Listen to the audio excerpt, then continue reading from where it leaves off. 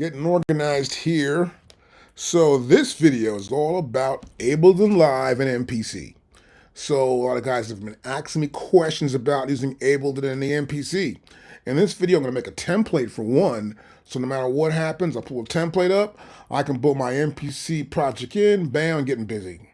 And I'll teach you how to deal with the MPC and Ableton Live. I'm using Ableton 11.3 before 12 comes out, and I'm also using the MPC software, which is 2.12.3, the MPC software. And it's going to be pretty easy to do, so let's do this and get busy. So first thing I want to do is I want to launch Ableton Live. Where's Ableton Live? Right, here we go. And so it's 11.3 standard, and it launches pretty quickly. Great. And this is the window we get here for our Ableton Live, which is great. So I've got MIDI, audio, right?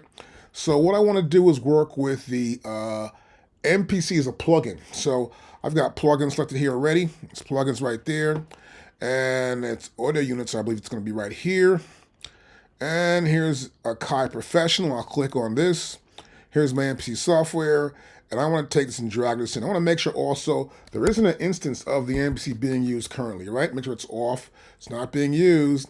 We're going to let the Ableton Live open up and use it inside that software. So I'll grab this here. And now I got the plugin here. I want to put it in the top of this MIDI track right here. Now as I put that in there, it should be launching the MPC software here as a MIDI plugin inside of the Ableton Live software.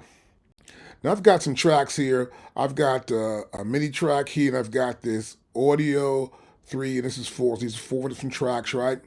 And so we can see down here in the bottom, it's starting to load. It loads up here. MPC project failed to load. Now I do have a project usually on my MPC that loads automatically. If I've been working on something, I'm gonna keep it loading, so I'm not worried about that. So what happens here, I'll move this over here actually, first of all. I've got that going. I want to get to here first. I only want one MIDI track, which is that MPC right there. I'll come here and delete this track. And I have an audio here. So let's go over here. I got an audio. This is pretty cool. So now what I want to do is get my project going on. So I come back, I'll click on here, and then you see the MPC comes right back up here like this. So now I'm going to load in my project. Okay, so here we are. We got our Ableton launched, and we've got our MPC right here. I'm going to load up a track I want to deal with right here. And so this thing loads up pretty quickly, which is really good right here. And now what I want to do is test these drum sounds out.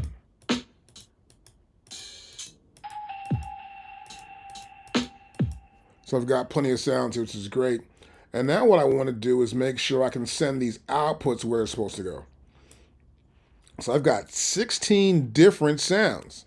And so let's look at our Ableton here. So here in Ableton, as you can see right here, I've got this first one's the MPC, and then here is audio. So I want to route these audio signals into Ableton. So here, for example, at the first bass drum. And you see right here, whenever I play something here, this all appears right here in this very first track here. So this is bringing the audio in, 1 and 2, directly into Ableton from the MPC software. I'm going to use the rest of the inputs here to track out the rest of the sounds. So for example, if I come right down to here, you'll see it says external input, right? I want to make this MPC. That's my input right there. So I'm going to use MPC as my input. And I can also use post mixer. So here in post mixer, I can send signals in stereo, 3, 4, 5, 6, 7, 8, 9, 10, up to 31, 32, all right? Roughly 15. So when I want to come to here, and I'm going to come to here, I'm going to do this, I'll make that 3, 4. Now while I do that, I'll click right here to get my MPC software back up. I notice here I've got this going on. That's that first bass drum. As you can see here, I've got this selected right here, which is the pad channel, right? And of course, this is the output of the program for that channel, right? That's the pad button, bottom panel is gone. But you can see right here, I hit this right here, and this is pad. So what I want to do is look for the output. If I get a hold, grab it a little bit, It's hard to do sometimes to get a hold of this bottom piece here. Let's pull this down a little bit more. I'll start from right around here. There we go. I'll drag it down a little bit more. We can see it here. We have output, right? And so I'll click on this pad. I want to get the output for that pad. And I want to send it to 5.6. So I come down to here, stereo output. I want to send it to 3.4, actually, not 5.6, 3.4. And now I'll move this over a little bit more, and I'll hit this pad here. I don't hear it. I'm going to monitor that. So I got to come back to here. And now 3.4 output. Okay. And that's my pad number 1. So next what I want to do is I'll go to here. This is audio 3. Well, actually, this is track 3, which is audio 2. But we're going to go right down to here and make our input here also to be the MPC. And then right down here, under post mixer, I'm going to go 5.6. Now I pull the MPC back up, clicking right here. And then I want to make that one 5.6, right? So in order to do that, let's pull this over this way a little bit more.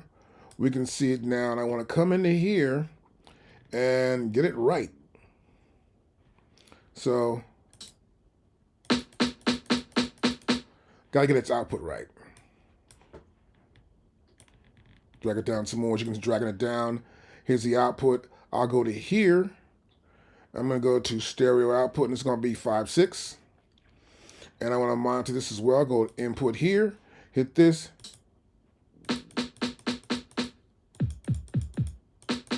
So you see, eventually, I'm just going to try and just route all this stuff in.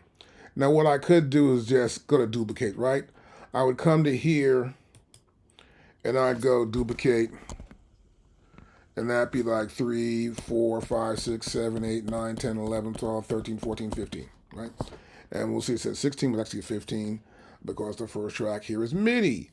And I would just go right into here and route everything out. And the reason why I duplicate, it's easier than rather to press input here for a monitor.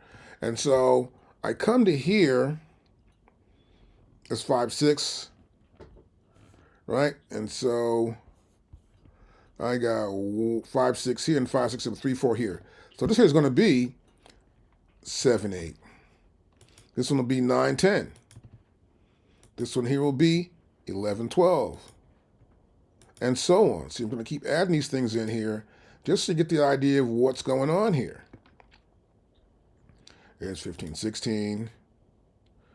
Right up here.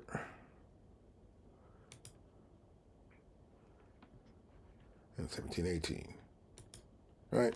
Now I can go move it a little bit more here. We got more to go right here. And I go right here. There's 19.20. And this is 21. This is 22. Sorry, 23, 22.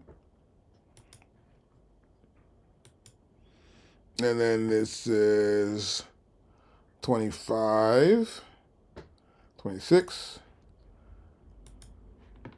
27, 28, 29, 30, and the last one's going to be 32, 31, 32. And there are no more here, right? So I've got all these sounds routed. So what I want to do next is go back into my MPC software, go to here, and do the routing here too as well, which is pretty simple to do. I will just hit a pad.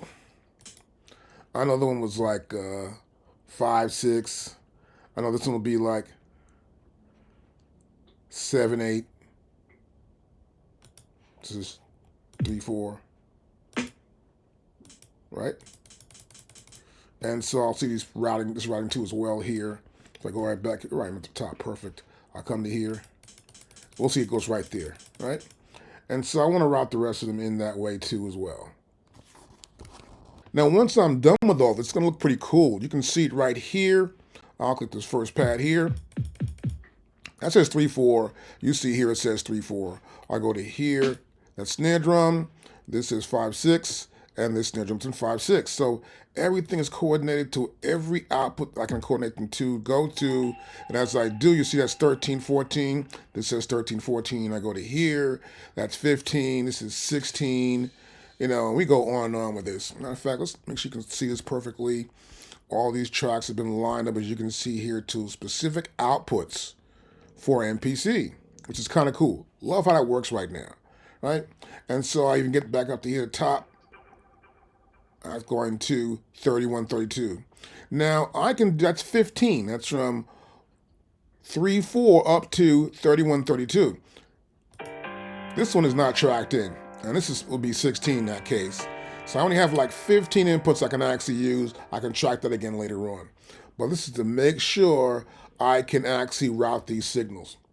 Now what I want at this point, I'd like to save this as a template. Because that way, whenever I get an MPC software that I want to use some special song I got in MPC or a project I'm working on, I can do that. So I would come to here, let's say, right? And I want to go up here to where it says, let's see, it says File, and I want to save as template. So I come down to here, save as template right there, and bam, it goes right to here, which is the user library, and I can save and name as template. So I'm going to come here and name this for one. And so I'm going to call this actually, I'm going to call this my MPC temp. Plate right there, right? And I'll press enter. That's my MPC template right there. So no matter what, I can pull that up, and I can always pull an MPC file up, and I have my stuff routed right here, which would require me to route it inside of my MPC first to send it here, but this is all set up to go. Pretty cool to do. And it's pretty easy to start. So this is a great way for you to set a template up before you start rolling with your MPC inside of Ableton Live. You can also record the tracks or whatever, but a template's important to have when you're dealing with your MPC software inside of Ableton Live.